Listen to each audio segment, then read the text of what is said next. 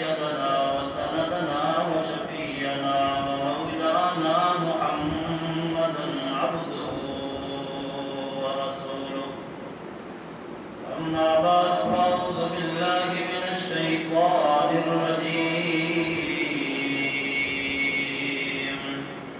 بسم الله الرحمن الرحيم.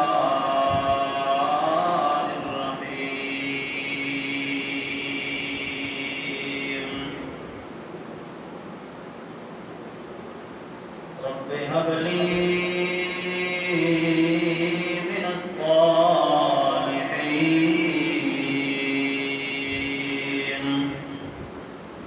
فبشرناه بغلام حليم.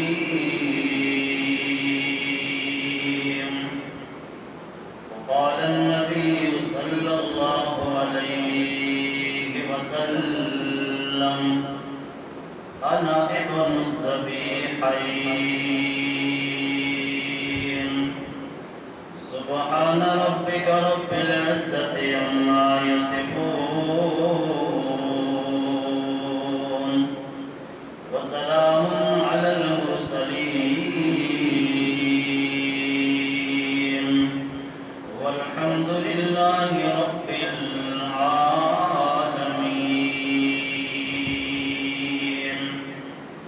إن الله وملائكته يصلون على النبي يا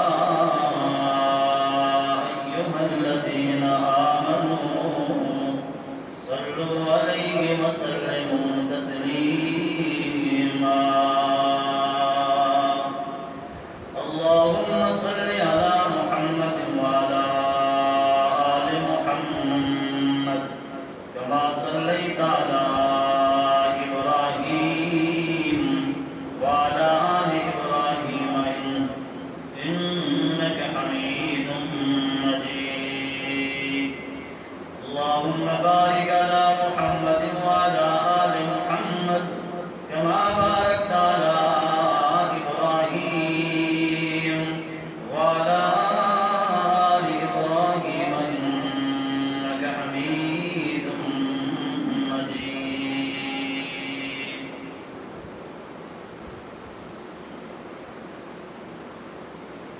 حاضرین اکرام، مخلص مومن مسلمان بھائیو،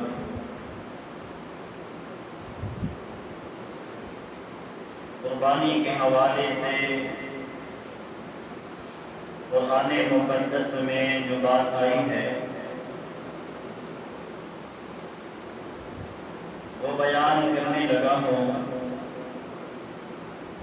اللہ سے دعا ہے کہ مجھے اللہ حق سچ کہنے کی توفیق عطا فرمائے۔ اللہ ہم سب کو اس عمل کو، اس قربانی کو ادا کرنے کی توفیق عطا فرمائے۔ مسئلہ جو بھی سمجھے، غور سے سن کر اس کو سمجھ کر اس کو عمل میں لانا، یہ انسان کے لیے کامیابی ہے۔ پہلے مسئلہ سنا نہیں، سننے کے بعد سمجھ آیا نہیں، سمجھ آنے جب نہیں آیا تو عمل کی بھی توفیق نہیں ہوگی۔ جب مسئلہ غور سے آدمی سننے کے لیے بیٹھ جاتا ہے، طلب رکھتا ہے، توجہ کرتا ہے، خالق کائنات اس کو مسئلہ سمجھنے کی بھی توفیق عطا فرما دیتے ہیں۔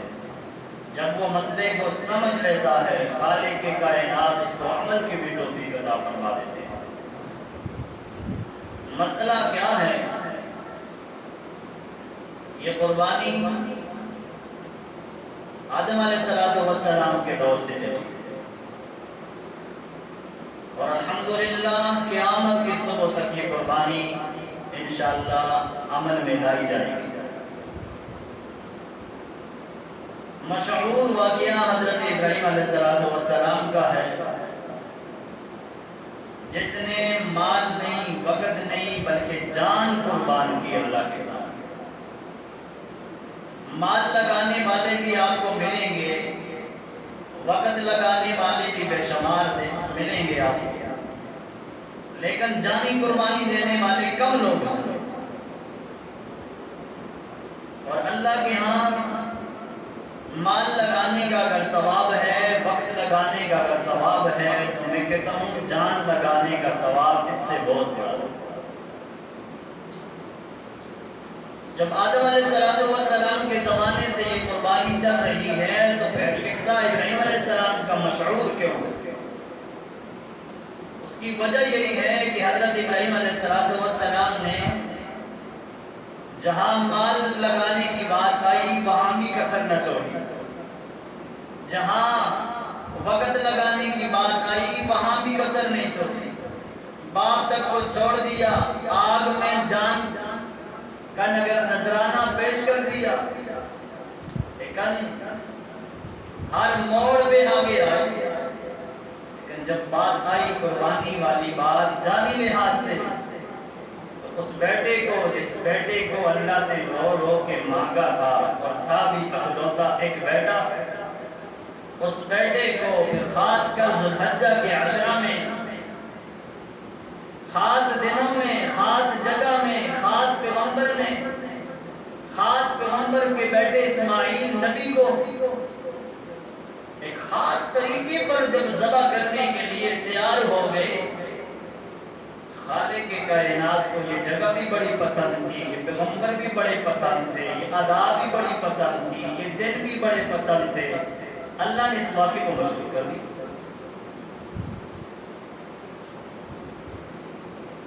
جب اس واقعے کو مشہور کیا تو پھر اس کی نسبت اللہ نے وہاں ہی جا کے جوڑی جہاں آدم علیہ السلام نے ابتدا کیا۔ کیسے جوڑا؟ سوچا ابراہیم علیہ السلام کو اپنے والد نے گھر سے نکال دیا۔ جب ابراہیم علیہ السلام گھر سے نکل گئے، شہر چھوڑ دیا،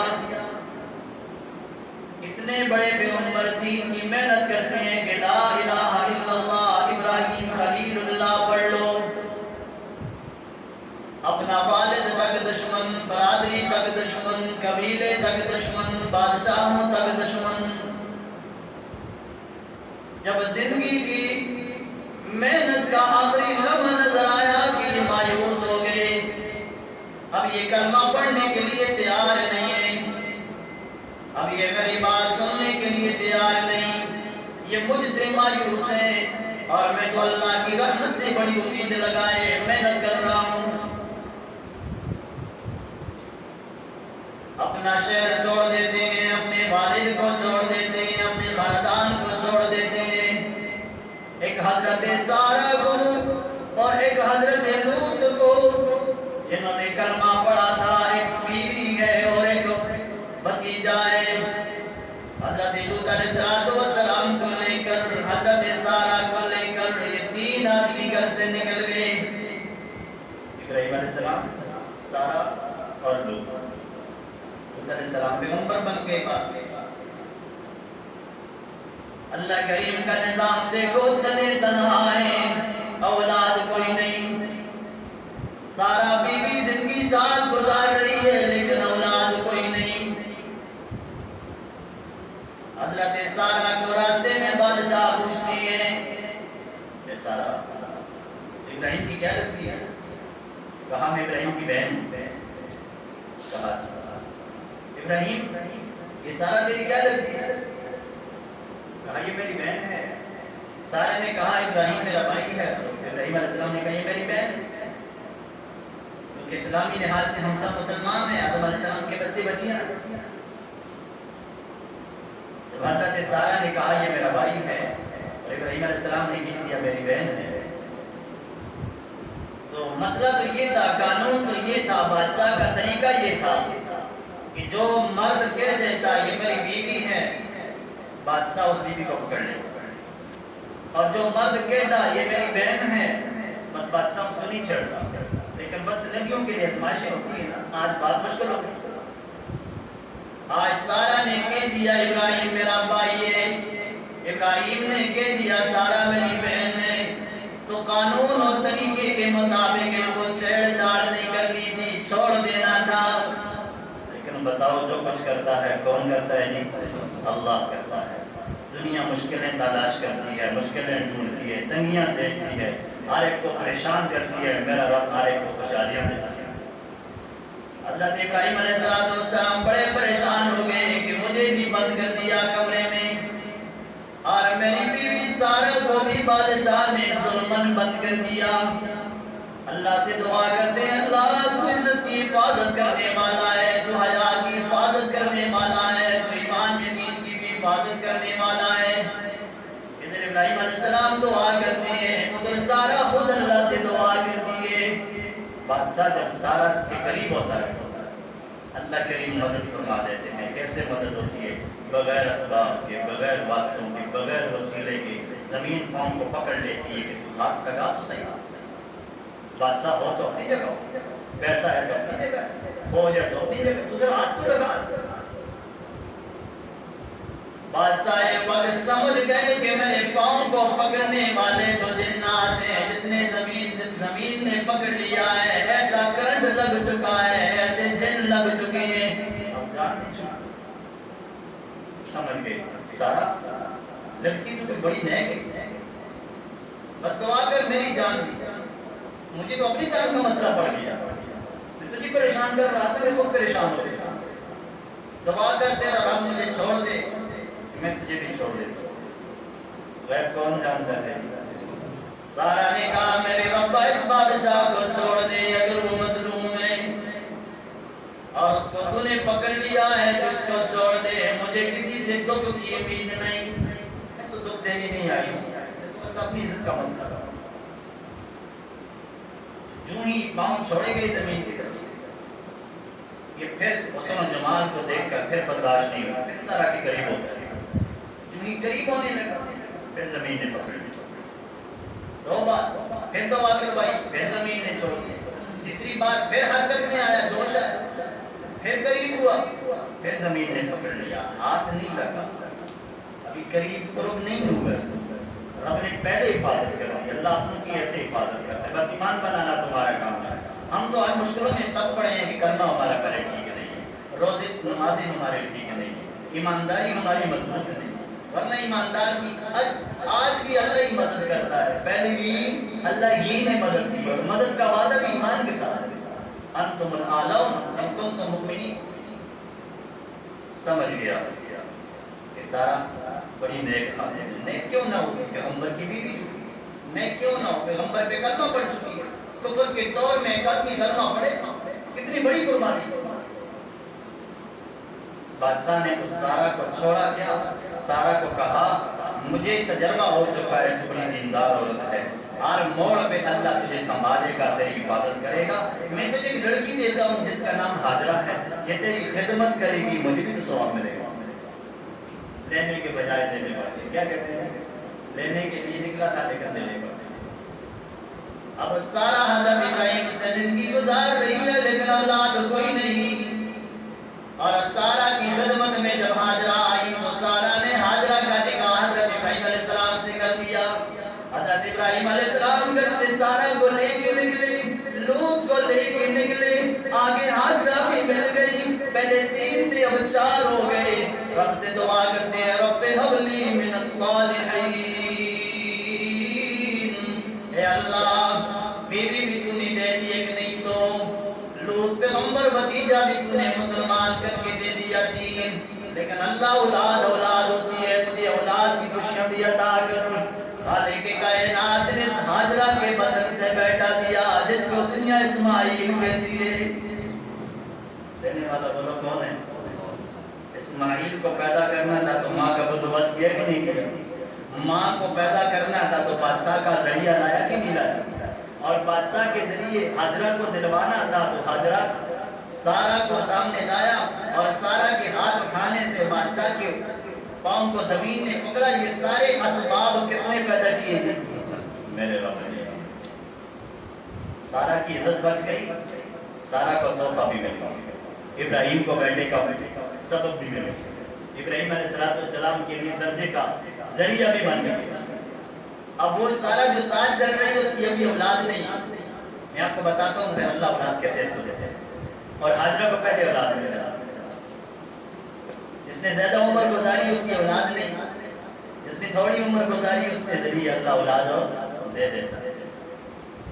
جب اسماعیل علیہ السلام پیدا ہوئے خالق کائنات نے پہلا امتحان رکھا، باپ پریشان خفا، قبیلہ خفا، آگ میں جانا پڑا۔ اب دوسرا امتحان، اولاد کوئی نہیں تھی، اللہ نے اولاد دے دی۔ اب تیسرا امتحان آتا ہے، ابراہیم ہاجرہ کو بھی اور بیٹے اسماعیل کو بھی۔ شام کے علاقے میں بیٹھا ہے، سارا تیرے ساتھ شام کے علاقے میں، لوط علیہ السلام بھی شام کے علاقے میں، اور تم یہاں بیٹھے ہو، سیدھا یہاں سے جاؤ اور مکہ کی سرزمین میں، عرب میں، سعودیہ میں وہاں پہنچو اور ہاجرہ کو بھی چھوڑ دو، بیٹے کو بھی چھوڑ دو، پھر ادھر آ جائے۔ سننا، جیسے آپ نماز پڑھتے ہیں اللہ کا حکم، ایسے ان کو لے کے جانا بھی اللہ کا حکم، ادھر چھوڑ کے تم نے یہاں آ جانا ہے، یہ بھی اللہ کا حکم۔ پتہ چلا کہ بھائی پالنے والا باپ نہیں ہوتا، پالنے سنبھالنے والا کون ہے؟ اللہ کی ذات ہے۔ نبیوں سے اللہ نے ایسے ایسے معاملے کیے تھے۔ حضرت اسماعیل علیہ السلام چھوٹے بچے اور والدہ ہاجرہ، جو ہی ابراہیم علیہ السلام کو جاتے دیکھا تو ہاجرہ نے کہا ابراہیم ہمیں تنی تنہا چھوڑ کے جا رہے ہو، وہ بھی جنگل میں، انسان تک کی کوئی شے نہیں، پرندوں تک کی چیز نہیں ہے، پانی تک نہیں۔ کہا ہاجرہ اللہ کا حکم ہے نا، اور اللہ کے حکم پہ میں نے باپ بھی چھوڑا، اللہ کے حکم پہ میں نے آگ میں چھلانگ لگایا، اللہ کے حکم کو پورا کرنے کے لیے میں نے کیا کچھ نہیں کیا، بس اب اللہ کا حکم ہے تو اس سے تو مجھے میرا رب پیارا، تجھے چھوڑ سکتا ہوں، رب کو نہیں چھوڑ سکتا۔ ہاجرہ نے کہا ٹھیک ہے، یہ بات تو اچھی ہے، جس اللہ نے مجھے آپ کی بیوی بنایا ہے اسی اللہ کا یہ حکم ہے۔ اب شام کے علاقے میں سارا ہے، لوط علیہ السلام جہاں ہیں وہاں ہیں، اور اللہ وہاں سے ہاجرہ کو سمیت بیٹے کے عرب میں لاتا ہے۔ پتہ چلتا ہے اللہ یہ قربانی والا عمل عرب سے شروع کروانا چاہتا ہے، اس لیے اللہ نے چھوٹے بچے کو یہاں پہنچا۔ کیا عرض کروں؟ فَلَمَّا بَلَغَ مَعَهُ السَّعْيَ، حضرت ابراہیم علیہ السلام کا یہ بچہ، وہ بھی اکلوتا بچہ، وہ بھی 85-86 سال کی عمر میں ملنے والا۔ حضرت اسماعیل علیہ السلام 7 سال کے ہو جاتے ہیں، 7-8 سال کے، دوڑ کے قابل ہو جاتے ہیں، بازو پکڑنے کے، انگلی پکڑنے کے قابل ہوتے ہیں۔ اب اللہ دوسرا حکم جاری کرتا ہے، ابراہیم جی شام کے علاقے میں بیٹھے تھے، جی بیٹا کدھر ہے؟ عرب میں، ہاجرہ کے پاس۔ اب ابراہیم اس بیٹے کو ذبح کرتا ہے۔ ایک دن بھی خواب دیکھا، دوسرے دن بھی خواب دیکھا، تیسرے دن بھی خواب دیکھا، پہلے دن بھی خواب سمجھا، دوسرے دن بھی خواب سمجھا، جب تیسرے دن خواب آیا تو پھر خواب نہ سمجھا، اس کو حقیقت سمجھا۔ اور ابراہیم علیہ السلام آتے ہیں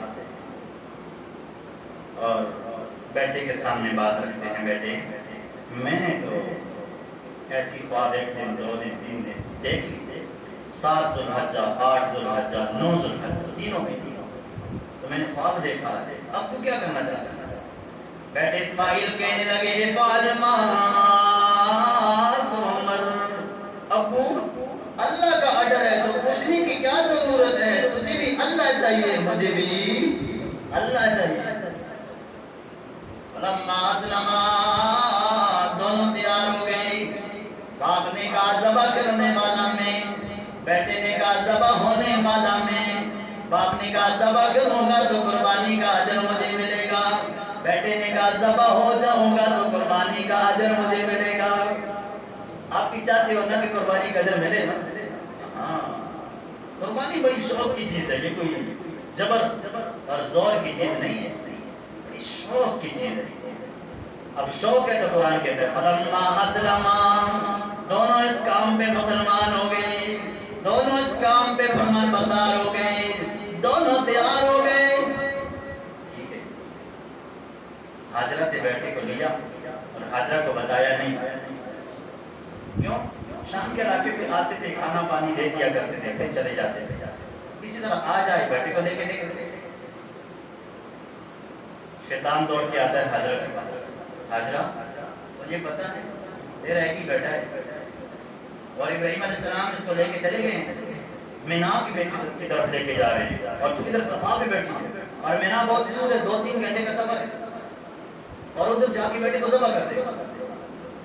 حاجرہ نے کہا دیکھو باپ نے بھی کبھی بیٹے کو ذبح کیا ہے. شیطان نے کہا رب کا حکم ہے اور ابراہیم ایسا شخص ہے جو آگ میں کودنے والا ہے. اللہ کے حکم کو چھوڑتا نہیں. اللہ کا حکم ہے پھر مجھے وہ پہلے میرے بیٹے کو ذبح کرے پھر مجھے آگے ذبح کرے. حکم ہی اللہ کا ہے تو کیوں باتیں کرتا ہے؟ تو اللہ کا پتہ نہیں ہے مخلوق نہیں ہے تو شیطان ہے میرا خیر. میں تو کہتا تھا یہ عورت ہے بس ایک وسوسے ڈالے گی اور یہ ابراہیم کو ورگلا دے گی. بس آج کل قربانیوں سے زیادہ ہوتی ہوتی تو پہلا مسئلہ عورت کا چلا. ابراہیم علیہ السلام کے بعد دوڑ کیا تھا ابراہیم صفا کہاں کعبہ کہاں. اللہ سب کو زیارت کی توفیق عطا فرمائے. کعبہ کے اندر صفا پہاڑ ہے چھت کے اندر ایک صفا پہاڑی پر پھر مروہ پہ لوگ آتے ہیں جہاں درمیان سے اور زمزم بھی اندر چھت کے نیچے اللہ نے وہ نظام رکھا ہے. حکومت نے بڑی اچھی تبدیلیاں لائی ہیں. اللہ کا نظام یہاں سے چل کے مینا پہنچے اور مینا پہ گاڑیوں پہ لوگ آتے ہیں. اس میدان میں 3 ستون لگے ہیں. اب بھی جا کے نظارہ کر لو انشاءاللہ. 3 ستون لگے ہیں. پہلے ستون کے پاس اس وقت تو ستون نہیں تھا. خود ابراہیم کے سامنے ستون بن کے آتا ہے شیطان. اس نے کہا ابراہیم بیٹھا 85 سال کی عمر ہے یہ دیکھو اور اس کو ذبح کر رہا ہے. ابراہیم علیہ السلام نے اس کو کنکر اٹھا کے مارے.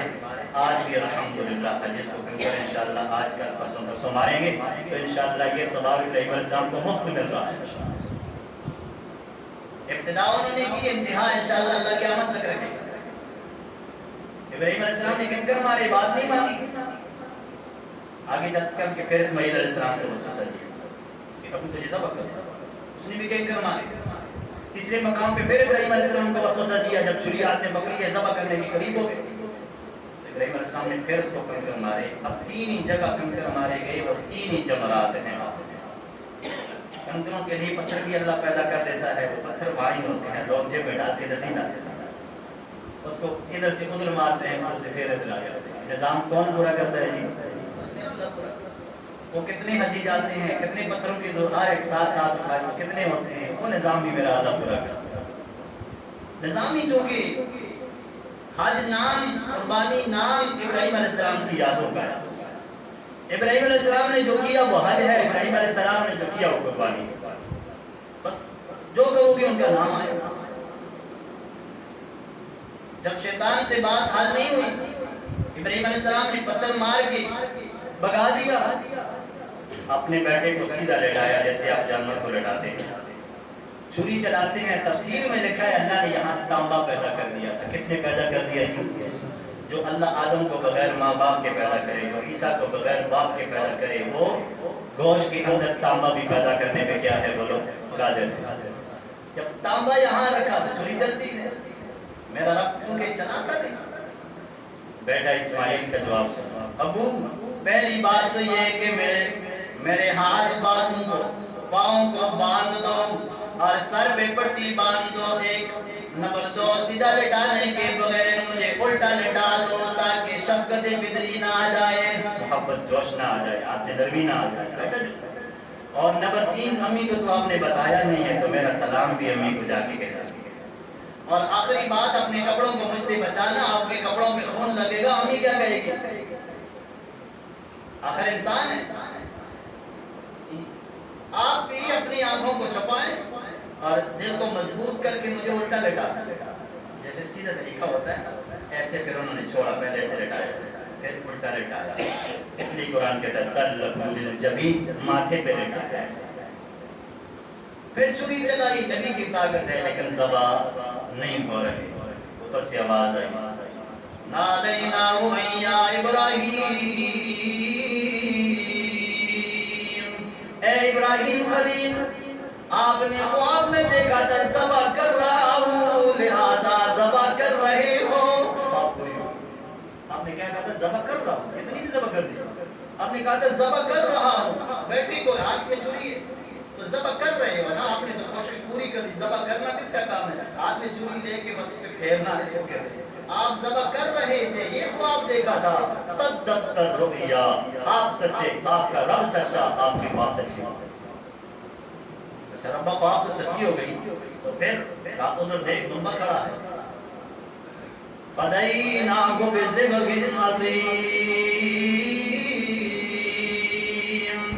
خالق کائنات نے بچے کو بچا دیا، مال پہ قربانی کو قبول کر دیا۔ اور یہ بکرا، یہ دمبا جو تھا بکبش جلالین والا کہتا ہے، تو یہ جانور جو آیا کدھر سے آیا؟ انہوں نے لکھا ہے حضرت آدم علیہ السلام نے جب اپنے بیٹوں کو قربانی کا حکم دیا، بیٹوں نے قربانی کی، ایک کافر تھا، قربانی قبول نہیں ہوئی، کیونکہ کافروں کی، مشرکوں کی، بدنیتوں کی، گوشت کھانے والوں کی قربانیاں قبول نہیں ہوتی۔ اور ایک بڑا مخلص تھا، مومن تھا، خالص اللہ کے لیے کرتا تھا، اس کی قربانی اللہ نے کیسے قبول کی؟ ادھر قبول کیا، وہ بکرا، وہ دمبا قبول کیا، جو ادھر آگ نے کھایا، سامنے نظر آیا، آگ نے کھا لیا، دیکھ لیا کہ آدم علیہ السلام کے بیٹے کی قربانی قبول ہو گئی، اس کی روح جنت میں پہنچ گئی، اللہ نے اس کو وہاں دمبے والا بدن اور شکل اور جانور بنا کے جنت میں چھوڑ دیا۔ قبول ہوئی کہ نہیں ہوئی قربانی؟ اب وہ چلتا تھا، کھاتا تھا، پیتا تھا، چلتے چلتے چلتے نوح علیہ السلام کا طوفان نوح میں باقی ساری نسل تباہ ہو گئی، 3 بچے بچ گئے، اور بھی زمانے چلتے چلتے چلتے ابراہیم علیہ السلام کا دور بہت دور ہے۔ جب ابراہیم علیہ السلام کے 85 سالہ عمر میں بیٹا اسماعیل ملتا ہے، 7-8 سال کے بعد پھر اس بچے کو جب ذبح کرنے کے لیے تیار ہوتے ہیں، حابیل کی قبول ہوئی قربانی جنت سے اللہ یہاں سامنے پیش کر دیتے ہیں۔ علماء نے لکھا ہے یہ جانور 2 دفعہ ذبح ہوا، ایک ادھر حابیل نے ذبح کیا جو جنت میں پہنچا، جنت سے اٹھا کے اللہ نے ابراہیم علیہ السلام کو دیا، جو اسماعیل کے بدلے ابراہیم علیہ السلام نے خود چھری سے ذبح کیا۔ صحابی فرماتے ہیں کعبہ کے اندر اس کے سینگ اور ٹانگوں کا کچھ حصہ خود میں نے دیکھا، جو نبی علیہ السلام نے علامت کے طور پہ کعبہ میں رکھا۔ نبی علیہ السلام کے دور تک، ابن زبیر کی شہادت تک جب یہ چیز ثبوت موجود تھا تو اللہ نے ہاجرہ کو سعودیہ میں لایا، مکہ میں لایا، پھر اسماعیل کو یہاں بسایا، پھر اسماعیل کی قربانی کو کعبہ میں قبول کیا، اس کے سینگوں کو وہاں رکھنے کا حکم دے دیا۔ یہ کتنی بڑی قبولیت ہے عرب والوں کے ساتھ ہماری قربانی کا تعلق، اور محمد رسول اللہ کے ساتھ قربانی کا تعلق، ابراہیم علیہ السلام اسماعیل علیہ السلام کے ساتھ قربانی کا تعلق، جس قربانی کو قبول کرنے کے لیے میرے اللہ نے آدم علیہ السلام سے سلسلہ چلایا، اس کی قربانی کو جنت میں سنبھالا، پھر جنت سے اللہ نے اٹھا کے پھر دنیا میں لایا، پھر دنیا میں ذبح کرا۔ آپ لوگ بھی سن لو، آپ کی جو قربانی ہے انشاءاللہ اللہ آپ کے لیے زندہ کرے گا، پھر صراط پہ آپ اس قربانی پہ چڑھ کے انشاءاللہ جنت میں جائیں گے۔ تو پھر قربانی کرو گے کہ نہیں کرو گے؟ نبی کریم صلی اللہ علیہ وسلم نے فرمایا انا ابن الذبیحین، میں 2 ذبیح اللہ جو اللہ کے نام پہ ذبح ہوئے، میں ان 2 کا بیٹا ہوں۔ اس نے کہا یہ کس طرح؟ کہا میرا دادا اسماعیل ذبیح اللہ ہے، یعنی ذبح ہو گئے ہیں، انہوں نے کوشش تو کر دی، آگے اللہ نے بچایا، تو لقب کیا ہے؟ اسماعیل ذبیح اللہ، وہ میرا دادا ہے۔ اور میرے ابو کا نام تھا عبداللہ، وہ بھی ذبیح اللہ ہے۔ یہ کس طرح؟ عبد المطلب نے کہا زمزم کا کنواں غائب ہے کافی عرصے سے، جس کو علیہ السلام کے زمانے میں تھا، درمیان میں غائب ہو گیا۔ کہا اللہ میری مقدر اچھا کرے تو میں یہ زمزم کی تلاش ضرور کروں۔ عبد المطلب جو کہ نبی علیہ السلام کے دادا ہیں، نبی علیہ السلام اس وقت تھے ہی۔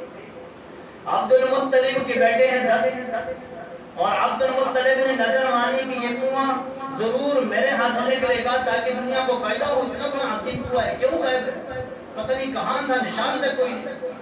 کعبہ بیچ کے اللہ نے ان کی رہنمائی کر دی کہ ادھر کھودو۔ جب ان کی نظر پوری ہو گئی تو انہوں نے نظر کیا مانی کہ مجھے اگر یہ زمزم کا کنواں ملنے پر کھودنے کی سعادت اللہ نے دے دی تو میں اپنا بیٹا ذبح کروں، کیونکہ پیچھے بات چل رہی ہے نا اسماعیل علیہ السلام نے، تو کہا میں بیٹا ذبح کروں گا۔ اب کنواں تو مل گیا، زمزم کا پانی اوپر آ گیا، اب عبد المطلب نے تو بھی نظر مانی، اب پورا کیسے کرے؟ 1 2 3 4 5 6 7 8 9 10 بیٹے ہیں، قرآن اندازی کرتے ہیں تو اس بیٹے کے نام آ جاتا ہے جو بیٹا بڑا پیارا ہے، عبداللہ۔ نبی علیہ السلام کے والد پیارا کیوں؟ اب بچانا چاہتے ہیں اور قرآن اندازی کرتے ہیں، پھر نام ادھر نکل آتا ہے۔ انسان کے اختیار میں کچھ نہیں ہے، سب کچھ کون کرتا ہے؟ پھر قرآن اندازی کرتے ہیں، پھر عبداللہ کا نام نکل آتا ہے۔ قبیلے والوں نے کہا عبداللہ کو ذبح نہ کرنا، اس کے بدلے میں ہم ذبح کرتے ہیں۔ کہا چلو قرآن کرتے ہیں. قرآن کی ایک اونٹ کا قرآن رکھا اور ایک عبداللہ کا رکھا. اونٹ کا قرآن نہیں نکلا، عبداللہ کا نکلا. 2 اونٹوں کی قرآن کی پھر عبداللہ کا نکلا. 80 اونٹوں کی قرآن کی پھر عبداللہ کا نام نکل آتا ہے. 99 اونٹ رکھے پھر عبداللہ کا نام نکل آتا ہے. جب 100 اونٹ رکھے تو 100 اونٹوں کا قرآن نکل آیا. عبداللہ کی جان میرے اللہ نے بچا. اس لیے عبداللہ بچ گئے، اس لیے محمد رسول اللہ دنیا میں آ گئے. اس لیے فرمایا کرتے تھے میرا ابو بھی ذبیح اللہ ہے اور میرا دادا بھی ذبیح اللہ ہے. تو 2 ذبیحین کا انا ابن الذبیحین میں بیٹھا ہوں. یعنی میرے والد کی بھی بڑی قربانیاں ہیں، میرے دادا کی بھی بڑی قربانیاں ہیں. اللہ کے لیے میرے دادا نے بھی قربانی پیش کی. وہ مسئلہ تو چلو جان کا ہے. آپ جان تو ذبح نہیں کر سکتے، تو یہ تو جائز نہیں اس کو کہ اپنے بچے کو ذبح کرے، بیٹی کو ذبح کرے، خود کو ذبح کرے نا. نظر بھی مانے تب بھی بکری ذبح کرنا پڑے گی. نظر کوئی مانتا ہے بیٹے کو ذبح کروں گا، شریعت کہتی ہے بکری ذبح کرتے ہیں نظر پوری ہو جائے گی. نظر ماننی نہیں چاہیے اسی طرح. اب مسئلہ یہ ہے کہ جو آدمی قربانی کرے گا اللہ اس کو لڑکے کے ساتھ اجر عطا فرمائے گا. ڈالے گا صرف 12,000 13,000 20,000 کی پتی ڈالے گا. جب بات آئے گی ثواب کی اللہ فرمائے گا گویا تم نے میرے راہ میں اپنے بیٹے کو ذبح کر دیا، اولاد کو ذبح کر دیا. کتنا بڑا ثواب ہے. 2 پلاٹ جن کے پاس ہے، ایک ضرورت کا مکان ہے، ایک کرائے پہ مکان ہے. ضرورت کے مکان پہ قربانی نہیں، جو فالتو مکان ہے اس کی وجہ سے قربانی فرض ہے. اور قربانی بھی کتنی آپ کو بتاؤں، 60,000 روپے کی ایک مالیت ہے. اب اس مکان میں کتنے 60 آتے ہیں خود سوچو. 60,000 روپے جس کے پاس ہو قربانی اس پہ واجب ہے. اب 60,000 نقدی ہونا ضروری نہیں ہے، وہ مالیت کا مکان اتنا ہے کہ اس میں 5-6 قسم کے 60 آتے ہیں. تو اب کتنی قربانیاں، 1 60 ایک نصاب ہے، 2 60 3 60 ضرب کر لو. 5 لاکھ قیمت بنتی ہے تو 5 لاکھ میں کتنے 60 آتے ہیں خود تقسیم کرو. ایک آدمی ہے جس کے پاس مکان تو ہے کہ اس میں یہ رہ رہا ہے لیکن گاڑیاں اس کی 2 ہیں. اب ایک گاڑی اس کے مکان کی وجہ سے ضرورت ہے، بچے ہیں، سہولت کی وجہ سے اس پہ قربانی نہیں. جب دوسری گاڑی ہے تو اس کی قیمت لگائی. اگر 60,000 سے زائد ہے اور آج کل ہے بھی تو ایک 60,000 میں ایک قربانی، 2 60,000 رکھتی ہے تو 2 قربانیاں، 3 60,000 رکھتے 3 قربانیاں. اب اتنی ایک آدمی مجھے ملتا ہے کہتے ہیں میں قربانی کرتا ہوں اور میرا بیٹا کہتا ہے میں بھی قربانی کرتا ہوں. میں اس کو کہتا ہوں میں قربانی کر رہا ہوں یہ کافی ہے، اور یہ کہتا ہے نہیں. اس نے جو کہ 4 مہینے لگائے تھے، وہ دیندار تھا، اس نے مسئلہ سمجھ لیا. اس نے کہا جی میری قبر بھی اپنی ہے، میری نماز بھی اپنی ہے، میرا روزہ بھی اپنا ہے، میری تو قربانی اپنی ہونی چاہیے، پرسرات پہ میں نے بھی گزرنا ہے. مسئلہ کچھ نکلا ہے. میں نے کہا مکان کتنے ہیں؟ کہتے ہیں ایک مکان 1 کروڑ روپے کا ہے لیکن اس میں میں رہتا ہوں، میرے بچے رہتے ہیں. میں نے کہا لاکھ کا کروڑ کا ہو ٹھیک ہے، اس پہ قربانی نہیں. اور کہتے ہیں ایک وہ مکان بھی ہے اور ایک اور جگہ ہے جو 30 لاکھ کی ہے. میں نے کہا ایک نہیں ہزاروں قربانیاں تم پہ آتی ہیں، نہ کرو تو مرضی تمہاری. یہ دنیا دار پیسوں پہ بڑے خوش ہوتے ہیں، جب بات آتی ہے قربانی کی تو کہتے ہیں کہ، اور وہ بھی کہتے ہیں غرضہ. اگلا مسئلہ سمجھتا میرے جیب میں اب پیسے نہیں ہیں، گھر میں بھی نہیں. مجھے معلوم ہے کہ میرے پاس 12-13 ہزار روپے نہیں، میں نے کسی سے مانگنی لیکن انشاءاللہ یکم کو تنخواہ آنی ہے جس میں 12 منٹ. اب اس کو قرضہ نہیں کہتے، یہ اس کو وقتی ضرورت کہتے ہیں.